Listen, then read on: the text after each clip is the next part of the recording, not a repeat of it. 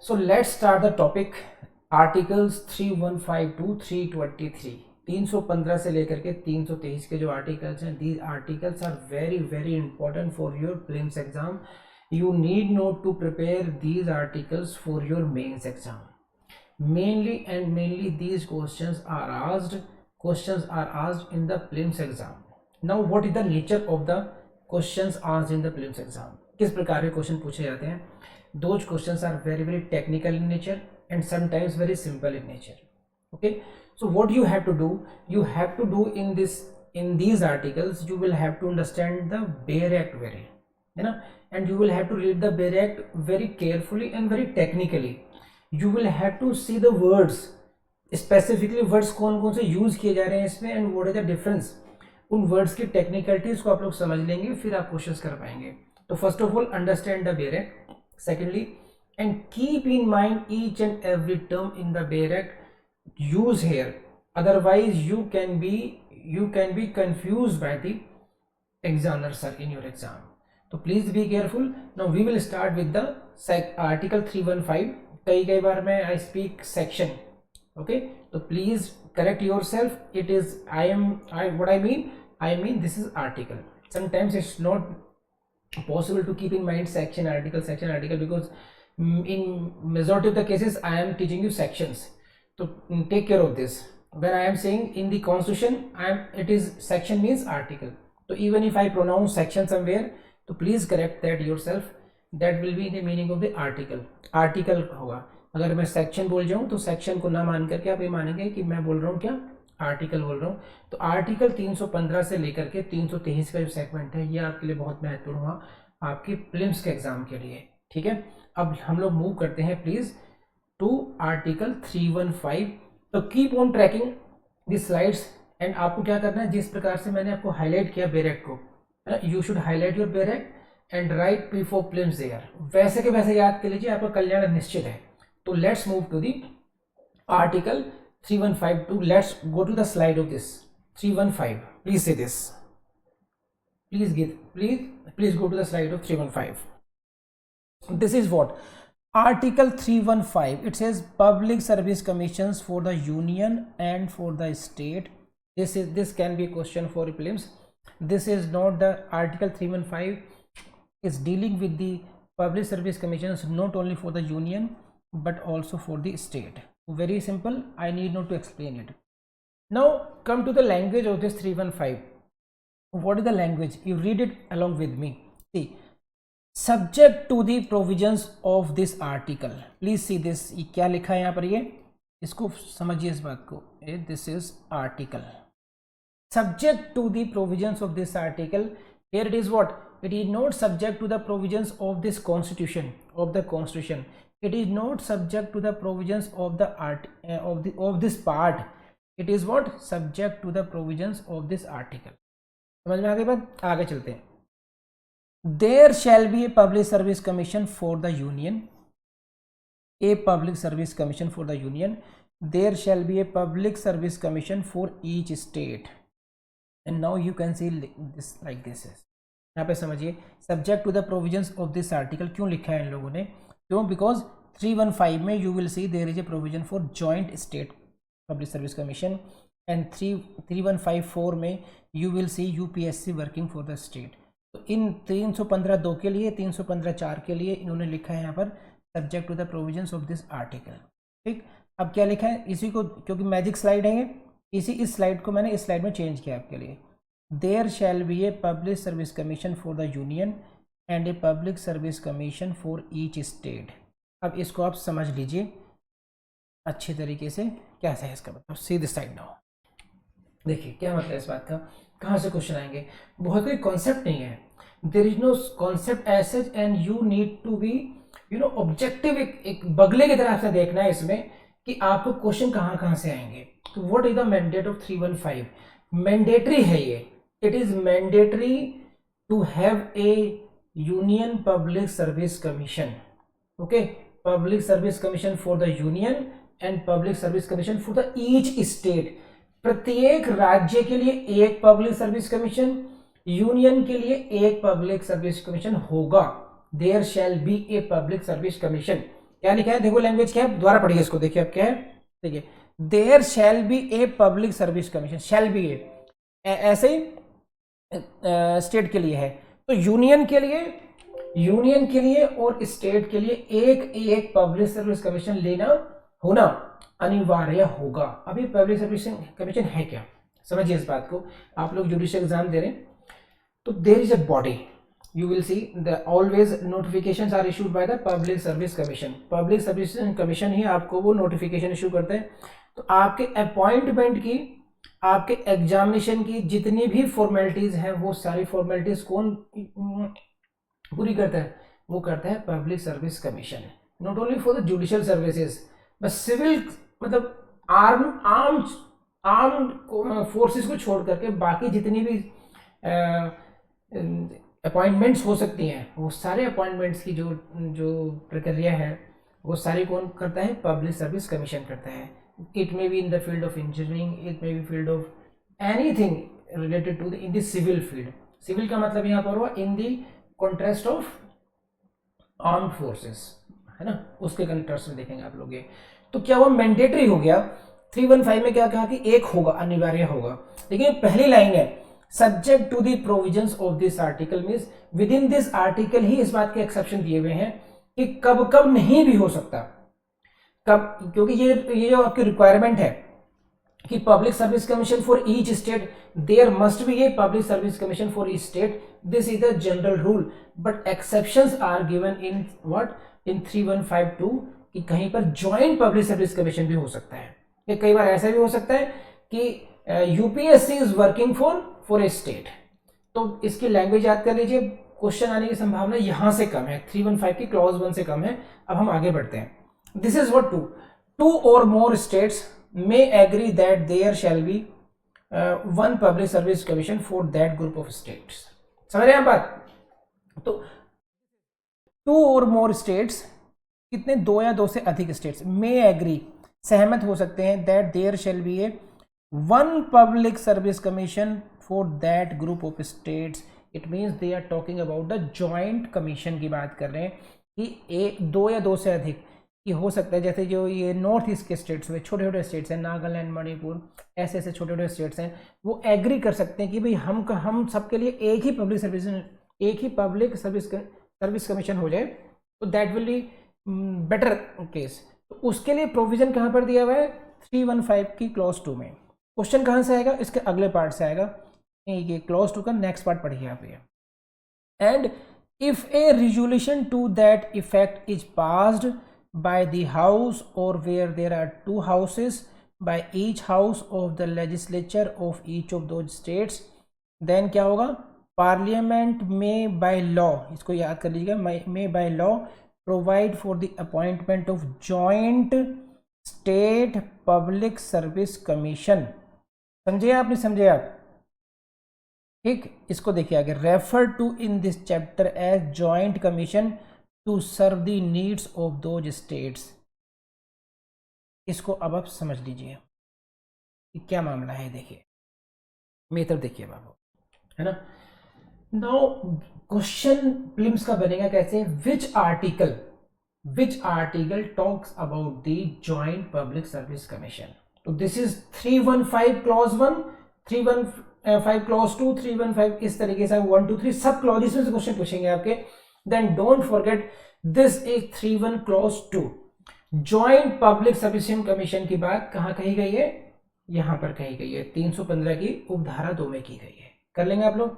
अब आगे है क्या, how a joint public service commission can be formed, कब हो सकता है, इसके लिए क्या फॉर्मेलिटीज पूरी करनी पड़ेंगी, that formality is very important. And formality में क्या है, a resolution has to be passed to that effect by the each states who are agreeing, 2 or more states are agreeing. कितने states, 2 or more states are agreeing, है कि नहीं है, 2 या 2 से अधिक राज्य सहमत हो रहे हैं। तो वो जो राज्य हैं, सपोज कीजिए नागालैंड और मणिपुर, असम, नागालैंड, मणिपुर, ये 3 राज्य हो गए। ये तीनों राज्य अपने लिए पब्लिक सर्विस कमीशन चाहते हैं। All the 3 states want a joint public service commission. Then what they will have to do, they will have to pass a resolution to that effect. They will have to pass a resolution to that effect। और resolution कैसे पास होगा, देखिए term क्या है, resolution, don't forget this. Who will pass the resolution? Resolution will be pass by the legislature of their states. Assam की जो legislature है, असम की जो विधायिका है, या नागालैंड की विधायिका है, मणिपुर की विधायिका है, हर एक राज्य की विधायिका उस रिजोल्यूशन मीन्स प्रस्ताव, वो प्रस्ताव पारित किया जाएगा। Resolution shall be passed by each of that states. Each of that states का मतलब क्या हुआ? From the by the legislature of that house. अब somewhere there may be one house, okay, there may be only legislative assembly and somewhere there may be two houses in the state। हम लोग जानते हैं, पढ़ चुके हैं कई बार, legislative assembly भी हो सकती है और लेजिस्लेटिव काउंसिल भी हो सकती है। तो अगर जहां पर केवल लेजिस्लेटिव असेंबली है, वहां पर केवल प्रस्ताव कौन पारित करेगा? ओनली लेजिस्लेटिव असेंबली करेगी, और अदरवाइज फिर दोनों ही हाउसेस को करना पड़ेगा। That resolution shall be pass by the legislative assembly as well as by the legislative councils and not only of one state but by the each state. आप समझ रहे इस बात को? नहीं समझे? प्रत्येक अगर 3 राज्य हैं, असम, मणिपुर, नागालैंड, अगर इन तीनों राज्यों ने एग्री किया है ज्वाइंट पब्लिक सर्विस कमीशन के लिए, तो तीनों ही राज्यों की जो लेजिस्लेचर है वहां से रेजोल्यूशन पास होना चाहिए, केवल एक राज्य के करने से नहीं होगा। बात समझ में आ गई? इसको फिर दोबारा पढ़ने के लिए, समझने के लिए आप फिर स्लाइड देखिए, उसकी लैंग्वेज को देखिए फिर दोबारा। देखिए क्या है, इफ ए रिजोल्यूशन, इसको मैं फिर आपके सामने सर्कल कर रहा हूं, if a resolution to that effect is passed, है ना, by house, means if there is only single house, legislative assembly LA, where there are 2 houses, यानी कि LA legislative assembly plus legislative council, by each house, then LA भी पास करेगी और LC को भी पास करना पड़ेगा, of the legislature of each state. You don't forget this, of each state, each of those states. तो इट इज नॉट ओनली कि केवल एक ही स्टेट पास करेगा, उन सभी राज्यों में से प्रत्येक राज्य की विधायिका के द्वारा प्रस्ताव पारित किया जाएगा। एंड नाउ प्लीज, ये जो वर्ड लिखा है रिजोल्यूशन और एक शब्द होता है लॉ, इसका मतलब समझ लीजिए क्या मतलब है। देखिए, एक हुआ रिजोल्यूशन और एक हुआ लॉ, तो यहाँ पर क्या चाहिए? रिजोल्यूशन चाहिए। इसका मतलब समझिए, देखिए क्या है, एक कॉन्स्टिट्यूशन में आपको यही चीजें समझनी चाहिए। Every word has a specific meaning. Here what they are saying, if a resolution to that effect is passed, है ना, तो no, they are not saying कि there should be law for that, because law की एक law making का process is different. Law making process is quite lengthy and that is quite different. That requires passing of the law, passing of the bill from each house, and then it should be signed by the governor. Then it can, then a law, a state law can be formed, can be legislated, can be enacted. Fine. But in case of resolution, you just need to pass a resolution. एक resolution के प्रस्ताव पारित करना है, you need not to send it to the governor for the purpose. आप बात समझ रहे हैं? गवर्नर के साइन कराने की आवश्यकता इसमें नहीं पड़ेगी, क्योंकि ये लॉ नहीं है, ये केवल एक रिजोल्यूशन है, ये केवल विधायिका के द्वारा प्रस्ताव पारित किया जाना है। तो ये जो टर्म यूज की गई रिजोल्यूशन, इसमें कहाँ क्वेश्चन घुसा सकते हैं लोग, वो कहाँ टेक्निकल हो सकते हैं? If a law has been passed by the each of the legislature of the each state. So they can say, in one option they will say resolution, in second option they can say it is law. So don't forget, this is the resolution. The resolution should be passed by each of the legislature of each of those states. समझ में आता है आपको? Resolution और law के अंतर समझ में आ गया आपको, है ना? कौन पास करेगा? ऑल द स्टेट्स जो चाहते हैं ज्वाइंट स्टेट, सभी ज्वाइंट स्टेट्स को पास करना पड़ेगा। अगर जहां पर केवल एक लेजिस्लेचर है, वहां पर सिंगल लेजिस्लेचर पास कर देगी। यहाँ पर दोनों सदन है, बाइकैमरल है, वहां के फिर दोनों ही हाउसेस को पास करके देंगे। अब यहाँ पर तो हो गया, तो ये हो गया प्रोसेस का one part. What is the second part? Then parliament में बाय लॉ। अब now you please see the slide, very beautiful, see this line, parliament में by law provide for the appointment of joint public service commission. Now please focus on the word by law. देखिए पहले क्या use किया गया शब्द? Resolution. Now it is what? Law. So I think you should appreciate the difference between these two now. Now please see this side now, see देखा आप लोगों ने, तो यहां पर क्या जरूरत पड़ी, लॉ की।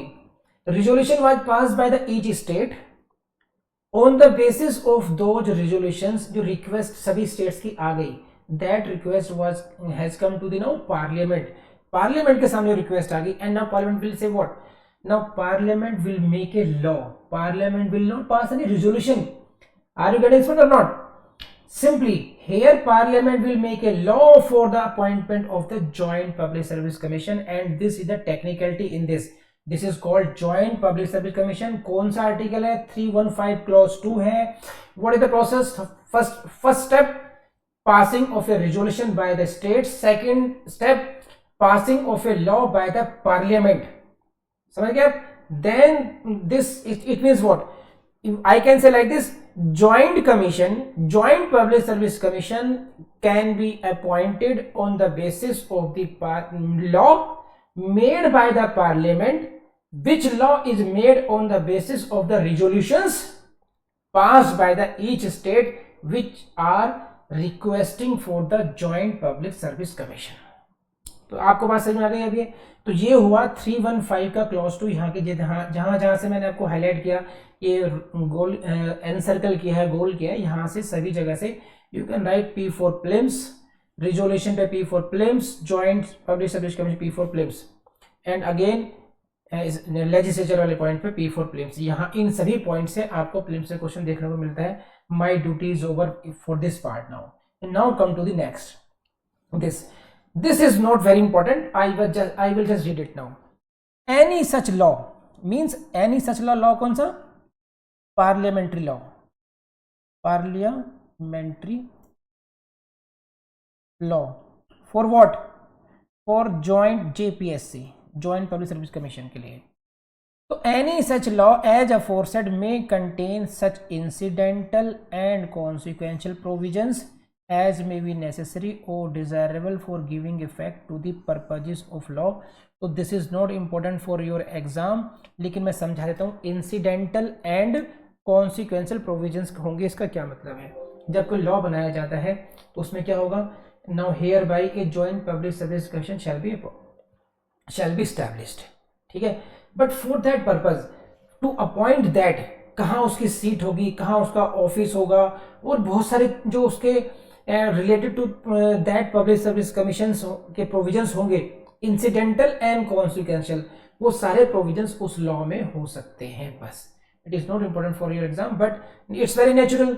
ऐसा तो होगा नहीं कि the law will say only that A joint public service commission shall B established, the parliament will have to give detailed provisions for that, where shall be the seat, how many members shall be there in the public service commission.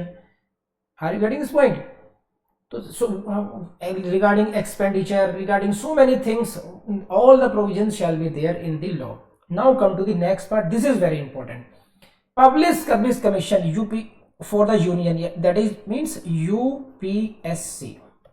Public Service Commission for the union may agree to serve all or any of the needs of the state. ये समझिए बात को क्या मतलब है कि sometimes it may happen UPSC is meant for union services, fine, but sometimes UPSC also may agree to serve the needs of the states. इसको slide में देखिए पहले आप, see this very interesting and very very important for your prelims भाई, मैं पहले कह रहा हूं, it is very important for your prelims. The Public Service Commission for the Union, that is the UPSC, if requested so to do by the governor,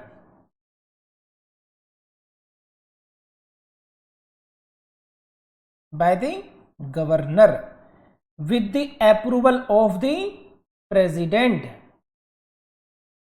may agree to serve all or any of the needs of the state.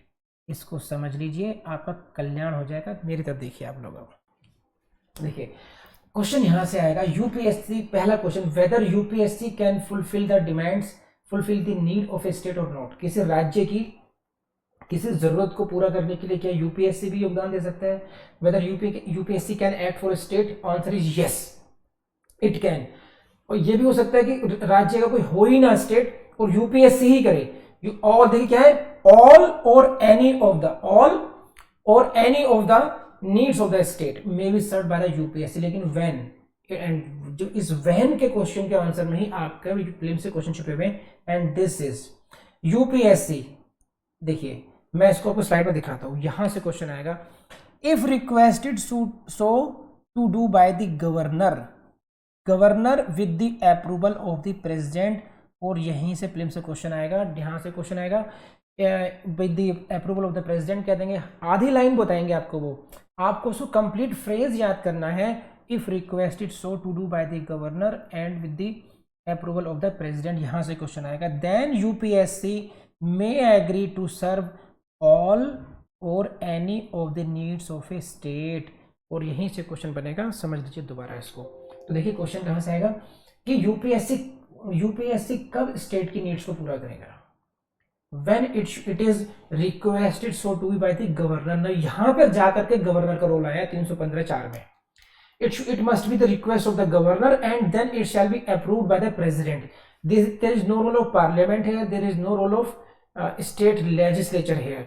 Here when there is a request forwarded by the governor, approved by the president, then UPSC can work for this. So this is what. आप ऐसे देखिए, इसको ऐसे देखिए, आप ये ऐसे देखने की कोशिश कीजिए. मैं आपको दोबारा समझाता हूँ, ये आपके लिए बढ़िया हो जाएगा. Request by the governor, approved by the president, then UPSC can serve the needs of the states. और नीड में भी ऑल और एनी, सभी नीड्स के लिए हो सकता है या किसी खास एक वैकेंसी के लिए हो सकता है. तो ये आपका हुआ जनाबे आली 315(4). यहाँ से हर जगह से क्वेश्चन आएगा. और क्वेश्चन कैसे देंगे प्रीलिम्स से, वो requested by the governor and approved by the president. Option A. No request of the governor is needed. Resolution should be passed by the legislature. Parliament shall make a law for that. तो ये सभी options को मिला करके confuse करके आपको दे सकते हैं. आपने ध्यान क्या रखना है, आपने ध्यान सिर्फ इसी लाइन पे रखना है. Request must be made by the governor and it must be approved by the president. If it happens then UPSC can cater for the all or the any of the needs of the state. Then UPSC किसी राज्य की सभी जरूरतों को पूरा कर, आवश्यकताओं को पूरा कर सकती है या कुछ ही की. ये हो सकता है कि स्टेट कहेगी सर आप ही करो हमारा सारा काम, इट्स ओके. यह हो सकता है कि कोई खास वैकेंसी के लिए आप हमारे लिए, आपके पास टेक्निकल नॉलेज है, वो हमारे पास कोई एक्सपर्टाइज नहीं है, आप किसी खास वैकेंसी को आप हमारे लिए अपॉइंटमेंट के लिए रिकमेंडेशन कर दीजिए अभी. तो इट में ऑल्सो हैपन. ऑल और एनी को नहीं भूलेंगे आप लोग. And now you see the question prelims. I read for you, please go to slide. Which one of the following statement is correct. And please see, देखिए मैं हर बार आपसे कहता हूँ, when there is question like this, statement is correct और incorrect. यहाँ पे उन्होंने पूछा है correct, suppose it may be incorrect. Always in your exam you will encircle. आप इसको हमेशा गोल करोगे. गोल करने से क्या फ़ायदा होगा, आपको ये अंदाज़ा लग जाएगा कि यहाँ पे करेक्ट पूछा है या इनकरेक्ट पूछा है, क्योंकि यहाँ पर अक्सर स्टूडेंट से गलती होती है. अब मैं पढ़ता हूँ, आपको क्या करना है. देखिए A, B और आगे है ये C और ये D. इन सभी स्टेटमेंट से आपको एक करेक्ट स्टेटमेंट ढूंढना है. इसमें UPSC में serve all needs, UPSC may serve the needs of a state if requested by the governor of that state and approved by the president. ये बात सही है गलत है? ये बात सही है, तो यहाँ पर टिक लगाएंगे आप. ये तरीका है प्रीलिम्स के एग्जाम को सॉल्व करने का. UPSC may serve the needs of state if requested by the chief minister of that state. देखो आगे नहीं आ गया. Now they have replaced the governor with chief minister. So this is statement is wrong or right? This statement is wrong. तो you will put a cut here. Fine. यहाँ पे हमने टिक लगाया, यहाँ पे हमने wrong का सिग्नल लगाया. अब UPSC कैन नॉट सर्व, ये भी गलत है, फिर यहाँ पे कटा लगाया. UPSC may serve the needs of the state simply on request of governor. Approval of the president is not necessary. ये बात भी देखो हो गई गलत. अब तो आप देखो यहाँ पर काटा लगा था, ये स्टेटमेंट गलत है, ये काटा लगा था, यहाँ पे स्टेटमेंट गलत हो गया और ये गलत हो गया. आपसे क्या पूछा था, करेक्ट. तो करेक्ट कहाँ पे लगा हुआ है, यहाँ पर है. तो आंसर क्या हो जाएगा, ए हो जाएगा आपका. सही है. तो हमने येलो करके इसका आंसर दिखा रखा है. इस तरीके से आप जब करेक्ट होंगे, आपको स्टेटमेंट करेक्ट और इनकरेक्ट ढूंढना हो, तब आप पहले यहाँ पे टिक, एज जहाँ पे टिक लगाना हो टिक लगाइए करेक्ट के आगे. जो स्टेटमेंट गलत है वहाँ पर उसके आगे रोंग लगाइए इस तरीके से, और बाद में फिर इसको देखिए सर्कल में पूछा क्या है, करेक्ट पूछा है या इनकरेक्ट। पहले आपने आइडेंटिफाई कर लिया इन चारों में से ABCD में से कौन सा स्टेटमेंट रोंग है, कौन सा स्टेटमेंट राइट है, वो आपने टिक आइडेंटिफाई किया। और फिर आपने देखेंगे कि हमने करेक्ट आंसर, हमें आंसर में क्या देखना है, अब हमने करेक्ट को ढूंढना है या इनकरेक्ट को। हो सकता है वो इनकरेक्ट पूछे तो अब इनकरेक्ट आंसर हो जाएगा आपका। कर लेंगे, अब आगे बढ़िए। सो सी दिस साइड नाउ। सो आप समझ गए यहाँ पे कितनी बारीकी से देखना था। गवर्नर की रिक्वेस्ट होनी चाहिए, अप्रूव होना चाहिए प्रेसिडेंट के द्वारा, ये हमने देख लिया। इसके बेस पर हम लोगों ने ये देख लिया कि क्वेश्चन कैसे आएगा। अब बहुत मुश्किल चीजें नहीं है, सिंपल सी बात है। इसको देख लीजिए, क्लॉज 5 है, बहुत इंपॉर्टेंट नहीं है, इंपॉर्टेंट तो एरिया निकल गया अभी। मैं पढ़वा देता हूँ इसको, कुछ है नहीं वैसे, यू कैन लीव इट। ये आप क्वेश्चन देख लीजिए बस, ये क्लॉज 5 आप खुद कर लीजिएगा, बहुत मुश्किल काम नहीं ना, क्वेश्चन पूछा जाए यहाँ से। यहाँ पर आइए, इस क्वेश्चन को देखिए, please see the slide now. Consider the following statements. The Constitution provides for the establishment of a Public Service Commission for the Union. बात सही है गलत है? सही है। For each state, yes, ये भी सही है। Common for Union Territories, no. Common for 2 or more states, ये बात भी सही है, हो सकता है। अब देखिए क्या है, 1, 2 and 4. Which of the following statements are correct? Correct पूछा ना, तो यहाँ पर हम लोगों ने सर्कल लगाया। 1 सही था, 2 सही था और 4 सही था। देन 1, 2 and 4 यहाँ पे सही हो गया। इस तरीके से आपको क्वेश्चंस मिलेंगे and you will see yourself through the prelims exam. अगर आपने इस तरीके से कर लिया तो कोई क्वेश्चन छूटेगा नहीं है। कॉन्स्टिट्यूशन में डोंट फॉरगेट, आपका जो टारगेट होना चाहिए 100% मीन्स 100%। अगर उसमें 20 क्वेश्चन आ रहे हैं तो you will have to solve 20 out of 20 question. ठीक, 20 आउट ऑफ 20 क्वेश्चंस कर लेंगे आप लोग। तो दिस इज ऑल अबाउट 315। तो कर लिया आप लोगों ने, लेकिन आप खुद से पूछना कि क्या जो मेहनत हम आपके साथ कर रहे हैं, क्या आप उतनी मेहनत खुद के साथ कर रहे हैं, खुद के भले के लिए कर रहे हैं या आप नहीं कर रहे हैं। अगर जज बनना चाहते हैं तो जितना पढ़ाया गया है उसको कर लीजिए, आपका काम हो जाएगा।